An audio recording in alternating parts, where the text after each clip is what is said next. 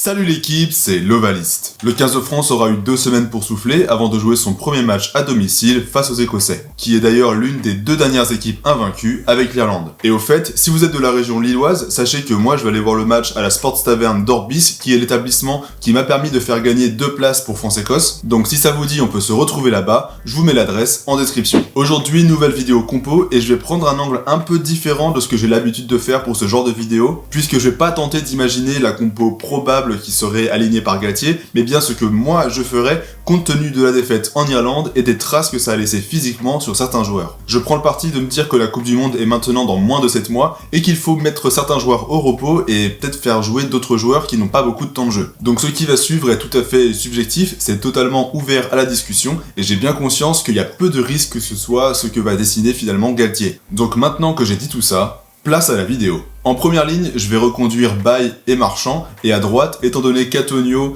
est suspendu suite à son plaquage dangereux sur Rob Herring, je mets logiquement Falatea, puisque c'est celui qui est le second dans la hiérarchie, il a joué plusieurs matchs déjà avec le 15 de France en tant que remplaçant, et là, pourquoi pas le faire démarrer pour voir ce qu'il donne. Je précise par contre que là, moi je ferai rentrer les remplaçants vers la 50e, et hors de question que Marchand refasse 70 minutes comme il l'a fait contre l'Irlande. En deuxième ligne, ça bouge pas pour moi, je garde Flamand et Willemse. Flamand parce que c'est l'un des joueurs en forme et c'est l'une des grandes satisfactions du dernier match, et Willemse parce qu'il a besoin de regagner de la confiance. Il est sorti frustré lors de son dernier match, c'était le premier joueur à sortir, il n'avait fait que 45 minutes et je pense que l'Écosse c'est l'occasion idéale pour se relancer. En troisième ligne par contre, c'est là que je vois vraiment du changement. Je suis personnellement assez préoccupé par Aldrit et Gelon. Le premier parce qu'il semble dans le dur depuis quelques semaines, il n'arrive plus vraiment à avancer, il a l'air à la peine physiquement, et j'espère vraiment que c'est pas dû à quelque chose de plus profond comme des commotions qui n'ont pas été décelées et qui le perturbent tout simplement. Il a un style de jeu tellement frontal que je me dis que c'est pas improbable au vu du nombre de chocs qu'il reçoit. Et pour Gelon, c'est un petit peu la même crainte. Certes, il a l'air en forme, mais quand on regarde ses matchs de plus près et les zones des chocs qu'il reçoit, c'est très souvent au niveau de la tête et de la nuque. Alors oui, il s'envoie comme un âne au plaquage. Par contre, c'est souvent au détriment de sa propre sécurité parce que des fois il le fait avec la mauvaise épaule et il expose souvent sa tête à la hanche, aux genoux et aux épaules des adversaires. Là, il sort d'un match énorme face à l'Irlande, il a fait 80 minutes et je pense que ça serait bien de le laisser souffler parce qu'il pourra pas enchaîner comme ça tout le temps. Et donc, quelle troisième ligne est-ce que j'alignerais ? Je garderais Olivon, mais je le placerai en 8. Il me semble un petit peu plus frais et aussi un petit peu plus sécure dans la manière dont il aborde les chocs. Donc Olivon en 8, escorté de Macalou, qui je pense mérite de commencer au vu de ses dernières perfs sous le maillot bleu. Et de l'autre côté, j'alignerai Cross, qui lui aussi a besoin de temps de jeu après son retour de blessure. L'Écosse, c'est un bon test pour lui. En plus, il sort d'un match face à Toulon où ça a été l'un des rares à sortir du lot côté Toulouse. Donc je me dis que c'est une bonne chance pour lui. Voilà pour le pack de devant. Et avant de passer aux arrières, je vous prends 15 secondes pour vous rappeler que si vous aimez le rugby, que vous aimez ce que je fais, le meilleur moyen de me le faire savoir et de flatter l'algorithme de YouTube, c'est tout simplement de s'abonner, de laisser un pouce bleu et de m'écrire un petit commentaire. Ça prend 2 minutes, c'est gratuit et en plus, ça me fait plaisir.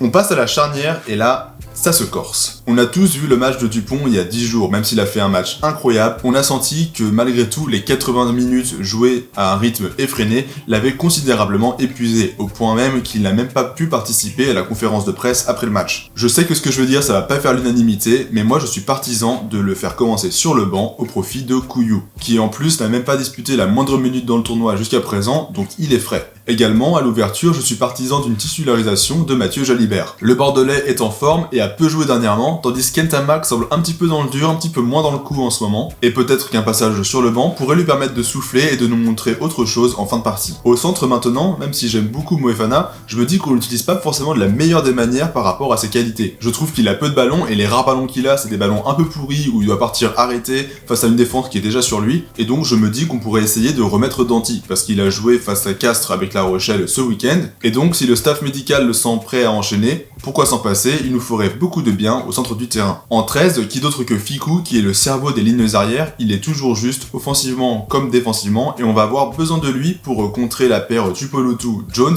qui performe avec l'Écosse dernièrement. Enfin, concernant le triangle des arrières, là, je change rien. J'ai beaucoup aimé les matchs de Penaud et de Dumortier. Quant à Ramos, on sent qu'il est un petit peu dans un entre-deux, il fait des boulettes, mais en même temps, il est capable de sortir des gestes très justes et assez précieux dans des moments où c'est pas forcément très facile. Alors je le renouvellerai une fois de plus face à l'Écosse. Voilà pour le 15 de départ, n'hésitez pas à faire pause au besoin et maintenant on va passer au banc des remplaçants. Au talon Barlow, à gauche Wardy, à droite Hawass, même si je suis intrigué par ce nouvel ovni qui est Thomas Laclaya, qui joue actuellement en Pro D2 avec Oyonnax et qui a été appelé pour préparer la rencontre dans le groupe France. En deuxième ligne, Taofi Fenua, ça ne change pas, avec Gelon et Aldrit en troisième barre, et les deux trois quarts remplaçants Dupont et Ntamak. Voilà donc l'équipe que j'alignerais si j'étais à la place de Galtier, si c'était moi qui devais faire ces choix-là. Je sais que vous risquez d'être nombreux à ne pas avoir forcément les mêmes opinions que moi, notamment parce que j'ai fait des choix assez tranchés sur la charnière et sur la troisième ligne notamment. Vous pouvez ne pas être d'accord, c'est votre droit, et l'espace commentaire est fait pour ça, donc n'hésitez pas à me dire vos opinions et à me donner aussi votre 15 que vous aligneriez face à l'Écosse. Je vous invite à donner votre point de vue, c'est toujours un plaisir de vous lire. Bref, France-Écosse, ça promet, c'est deux équipes qui sont tournées vers le jeu, vers la contre-attaque, donc ça laisse présager un beau spectacle. Et si vous êtes dans le coin, venez à Orbis, c'est l'occasion de passer un bon moment. Merci à toutes les personnes qui suivent la chaîne et qui font en sorte qu'elle grandisse. Mention spéciale aux tipeurs qui la financent en partie et qui me permettent de manger autre chose que des pâtes. Donc je vous souhaite un bon match, je vous dis à la prochaine.